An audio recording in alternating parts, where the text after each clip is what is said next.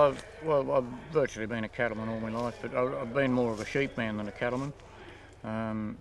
We had sheep more than cattle, but we always had a few cattle.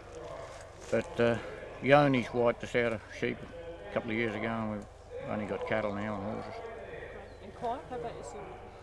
Oh, well, I'm similar to Ron. I was born into the game, into the cattle job. My ancestors come to the East Gippsland area in the about 1880s.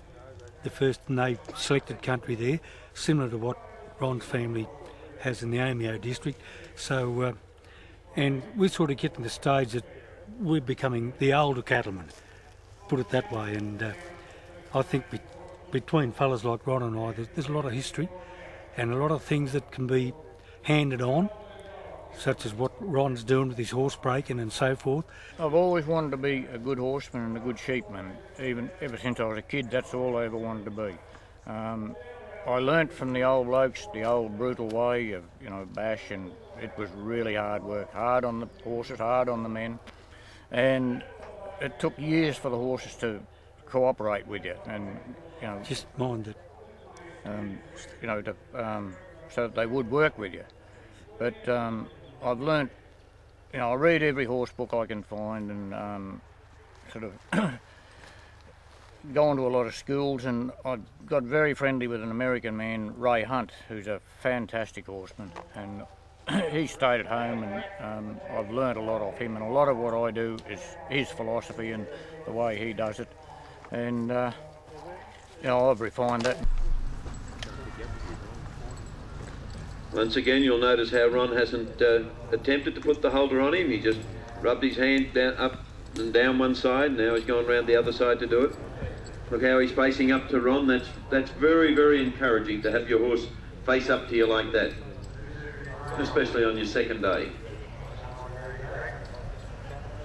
That shows the confidence that the horse is getting in Ron. That horse this morning, he was a bit of a handful. He might have been two handfuls, but I don't think I hit him once all morning. I might have slapped him or give him a fright, but I never hit him all morning.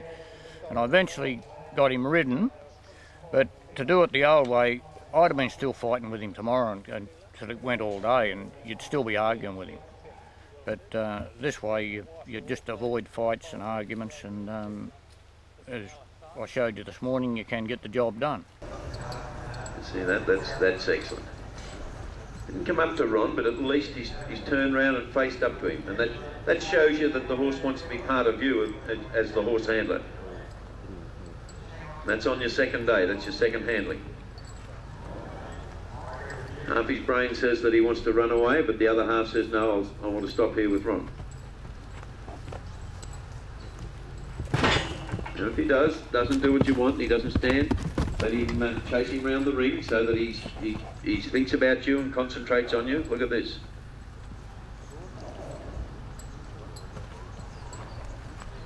Now this little fellow's a fairly fiery little bloke, and he bucked with the saddle on yesterday. Notice how Ron walked up to him then and then stopped. Well, I worked with cattle in the bush and in the mountain country all my life, being reared in the Buck and Timbara district, and then when things got a bit tough, I could see an opportunity where I could make a few bob out of running trailer rides. Well, that was way back in the 1960s, and I used to breed all my own horses, break my own horses in, and I had to have them that way that I could put pretty well anyone on them. And I noticed with Ron this morning, he handles his horse from both sides. Like a terrible lot of people, they break in a horse, they've got a one-sided horse. Now, I'm the same as what Ron does. I handle the horse equal from both sides. You get on and off either side, and that sort of thing. And, well, as I said, I breed my own horses, and if I've got colts, got to be castrated, I do all that myself. The way Ron moves, he's got that smooth, steady stride with the horse, and he doesn't upset a horse.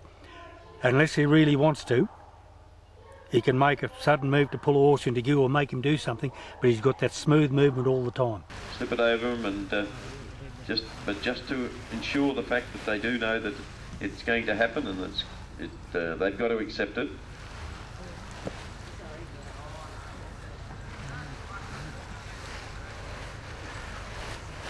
Now you saw him in the ring there before without the sidelines. There's no way known you could do that without the sidelines. He's very smart, this little bloke, and very, very quick.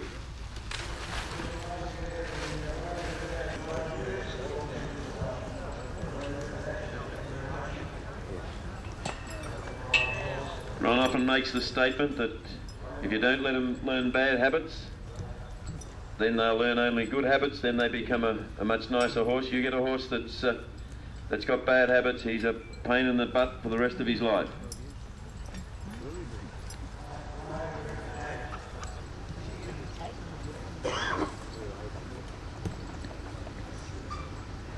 Now you can see this little fella, he's still got himself fairly tense.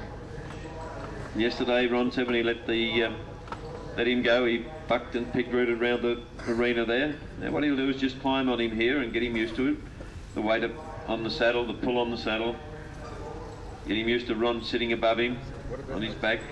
Won't get in the stirrup irons whilst you've got the sidelines on, because if he jumps or does something wrong, you just step away from your horse then.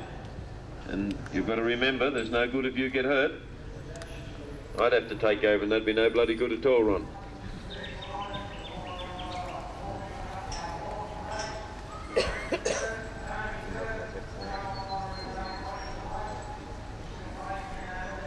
The whole time he gives him a chance to think about what he wants him to do.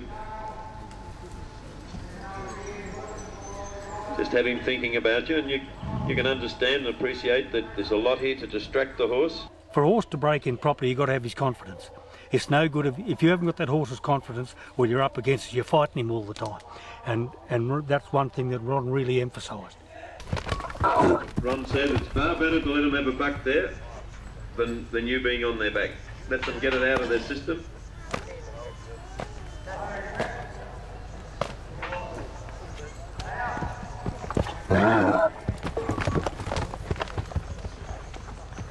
And he just doesn't like the girth being uptight on him. This is his second handling, but he'll get used to it at the moment. See all those bucks he's done there? I don't have to ride any of them, they're gone. There's a good statement, all those bucks are gone. Ron said he doesn't have to ride any of them. Might have a few more in him, but those are gone. As you can see, he has a go, this fella. He'll make into a nice little horse, as Ron said earlier, because he's got a bit of go about him and good upstanding sort of little horse. Now you'll notice on this horse, he can be all over the horse being broken in. You can lean in the saddle and get him used to it. Move the saddle, the irons and that sort of thing. Do all the things you want to do on him. And that way he'll get used to it quicker. And he's got the confidence of the other horse in there with him. If he does stuff, he won't touch much of them. Could Gus bring on that side? Yeah. Up the front a bit more. Bring his back in there.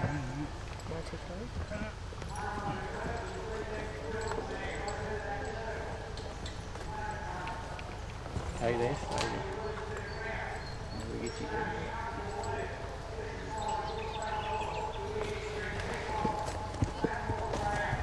See that? It just gets his mind on the other horse and not thinking about doing things wrong. I mean, if he's going to buck, he's going to buck.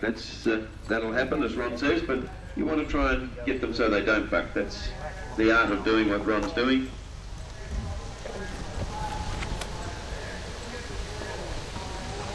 This fella, and he's hugging the other horse quiet and tightly, and that just helps his confidence to have that other horse there.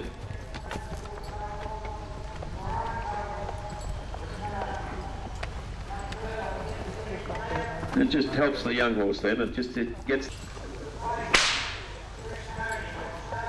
He's not worrying about that whip.